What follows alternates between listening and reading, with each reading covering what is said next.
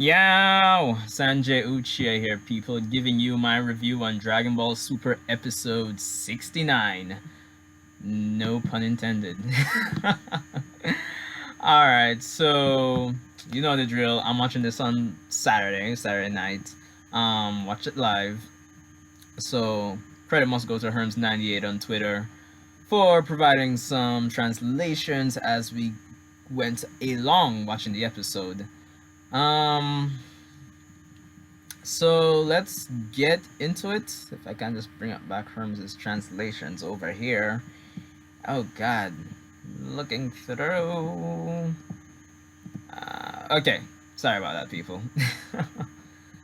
So get into it. This episode was basically a crossover episode, in a sense. For those of you who don't know, Toriyama did a series, well, a manga series before, called Dr.Slump, and I believe sometime after the end of Dr.Slump, well, in early Dragon Ball, yes, the characters Arale and, yeah, I think it was just Arale. She was featured in the Penguin Village arc of Dragon Ball, so that was actually Toriyama setting up to say, like, Dragon Ball and Dr.Slump are in the same universe. So, in a sense, this was a crossover episode. So get into it.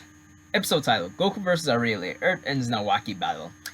My general impressions of this episode, I'd say much better than the last one. It's another comedic / slice of life episode, but I think things were done much better compared to last week, which just felt like it dragged on. It wasn't really funny per se. And it's not that I'm bashing last week's episode. It was just there, honestly. This episode, it felt like a genuine gag episode. But the characters like Arale, that's to be expected. So the general gist of the episode is that there's a World Invention Award ceremony going on, and Bulma decided to go, and she's brought Trunks and Vegeta's in a suit. I'll probably show the designs for Goku and Vegeta in the video here. But yeah, he's in a suit. Mr. Satan's the one basically beating the announcer at the event. And apparently, Goku, he's gotten a new job as a security guard. And it's kind of interesting that they gave him this weird new hairstyle. So, obviously, since Chi-Chi is the one that would have made him gotten the job, she would have, I guess, forced him to temporarily change his hairstyle. And before anyone complains about, what they said in the Saiyan saga, the Cell saga about Saiyans here not changing from the day they're born, to me, that's just from a naturally speaking. But I guess you could still comb it and do stuff with it, so it's not a problem. So Goku eventually gets bored, walks off, and his hair goes back to normal. So much for that. I thought it was kind of cool though. So apparently the winner of the World Invention Award is Dr. Slump himself, Senbei. And apparently he's created this machine that can apparently make whatever he imagines. So there's this, he demonstrates this by basically letting the machine make a new porn magazine, which is ridiculous. Stupid. So apparently this guy named Mashirito, which apparently is a character from Dr. Slump, who apparently should have died, is back from hell, and he's causing some trouble. He's apparently given Arale some medicine that makes her like 100 times more mischievous. And she and the two, I don't know what you call them, Gatchaman, the fairies that were following her, they start eating the building, and everyone starts freaking out. Bulma decides to ask Vegeta, no, not Bulma, Mr. Satan decides to ask Vegeta to, help out, and then what we get is, it's just really funny. It's always funny when Dragon Ball characters in these situations are put into some ridiculous situations in general. And this fight between Vegeta and Arale was pretty fun. So we get this comedic fight between the two of them, and she's basically giving Vegeta a run for his money. Vegeta's still in his base state, but we know in base he's pretty, pretty, pretty powerful. But what I found totally hilarious is that Vegeta admits that she's strong, and he just says she must be a gag character. Like, what? That was funny. Like, totally funny. Eventually we see Arale, hitting Vegeta through the walls outside to where Goku is apparently just lazing about. And Goku and Arale, at first they seem to recognize each other, but they don't really do. But moving on. So Mr. Satan explains that she's been manipulated by that evil scientist that came back, Masharito, who's apparently based on Toriyama's first editor that usually rejected his ideas. Hence why he keeps saying rejected. I guess it's a play on Toriyama's editor, as I said. So Vegeta continues to fight with, and he's putting up a fight, but it's really not working out. And then he goes on to say she really must be a gag character. Battle manga tactics won't work on her, which I found to be hilarious. And it's even lines like this that really cement that this episode really is a crossover episode. It's just fun. It doesn't take itself too seriously, and that's what I like about it. You can just watch it and have a good time. So Vegeta tries to distract her by saying, "Hey, there's a UFO," and then he punches her head off. And it's after this that everybody finds out that she's a robot. And then she goes on to use the Toon Force and splits the planet in two, which is ridiculous. So eventually, she eventually sends Vegeta flying. Goku steps in, goes Super Saiyan Blue, and it's at this point that they actually remember who each other are, Goku and Arale. So that's a nice little nod there to good old days from Dragon Ball. So Arale fires this blast. Goku goes on with a Kamehameha, evenly matched. Then Arale starts to say, she's gonna fire blast 100 times stronger, and of course this gets Goku excited. Bulma and the others try to rectify the problem by getting Beerus to come and solve their problems, essentially. But we states that he's sleeping. Bulma eventually comes up with the idea for the crowd still watching through the cam, since the event it's being broadcasted live. So she goes on and asks the crowd to think of the most delicious food they can think about, and what comes out is, well, before I even get to that, before they try to distract Arale with some shit, like literal shit. And the machine makes that, and then we get back to the part I was mentioned before, with Bulma asking the crowd to make imagine delicious food, and what comes out is a coffee ball, which Beerus apparently imagines the sense or smell. I don't know, it's crazy.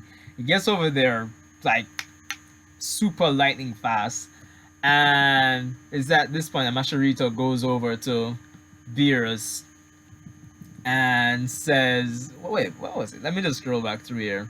Yeah, he basically threatens Beerus, and Beerus destroys him, just like how he destroys Zamasu, which I found to be pretty cool. Arale shouts out, "Big cats!" And then everybody's trying to warn Arale not to mess with Beerus. Beerus blows everybody away. He's about to destroy Arale. And apparently, he's gotten some stomach problems, so he has to leave. So I don't know what's happened there, probably because the machine made some shit before, as Herms was saying. So eventually we say goodbye to Arale, and Trunks mentions that to Bulma if they're forgetting something, and then we cut to Vegeta, who says he's not going to fight a gag character again. And that's really where the episode ends. Wow, so I'm done with there. But yeah, really and truly, this episode, it's what I expect for like a in-between, like I wouldn't say, it's not really, well, could we say it's filler in a sense, but not really.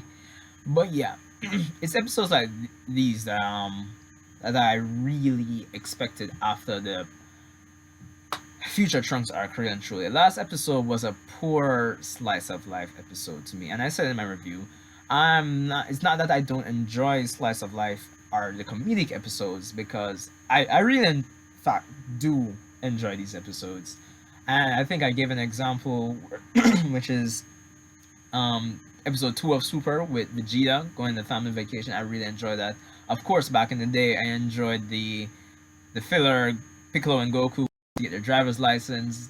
I love those episodes because at the end of the day, we have these crazy strong characters who could probably destroy the universe, and we get to see them in these funny, regular life situations, probably trying to fit in or doing other stupid shit. And that's what this episode is. It's this episode is definitely a B plus to an A minus for me. It, as I said, it doesn't take itself too seriously. I really, as you, if you've watched the episode already, I really, and even going back to Dr. Slump days, even though I myself haven't read Dr. Slump, I've read about it, and it's really the power of gag characters in that series there. And once you cross that over with Dragon Ball, I think we get an episode where it's it's just fun. It's fun and games. It doesn't take itself too seriously. It doesn't really feel like it. The episode doesn't drag on. Really and truly, the episode actually felt a bit quick. Like, wow, it's done already. Like, it was fun, especially getting to see Vegeta fight Arale. Yeah, it was good. And even if I were to even try and find a way to actually bash this episode, I don't think I could bash it too much, because even from the preview, the characters that were going to be involved in this episode alone should have told anybody that would try to bash the episode that this episode in itself wasn't going to add to the overall plot or progress the plot of Super. This is an episode that really fills time, really and truly. So, all in all, it's a fun episode, and I love that. That is what really makes this episode really good to me. And of course, getting to see old characters, that's always fun. Based on the preview for next week, we'll be getting the Universe 6 versus Universe 7 in a baseball game, which is cool. And we get to see Shampoo again, so that should be another fun episode to watch. And there's one thing I must say. Some people feel that, these if you feel these episodes are lame, I gotta respect your opinion. That's you. But at the end of the day, people have to remember that when Dragon Ball started out, um, it was just a fun adventure series with fighting mixed in. Things have gotten serious as the series has progressed in terms of the tone, but all in all, Dragon Ball should be a fun series to watch.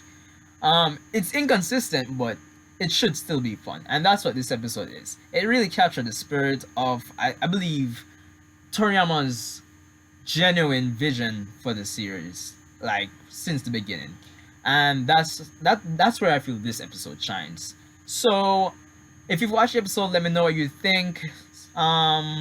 Rate, comment, share this video out. Let me know if you want more. Well, I'm gonna do more anyway, but just let me know what you think of the episode, people. This is Sanjay Uchiha, and I'll see you in the next one.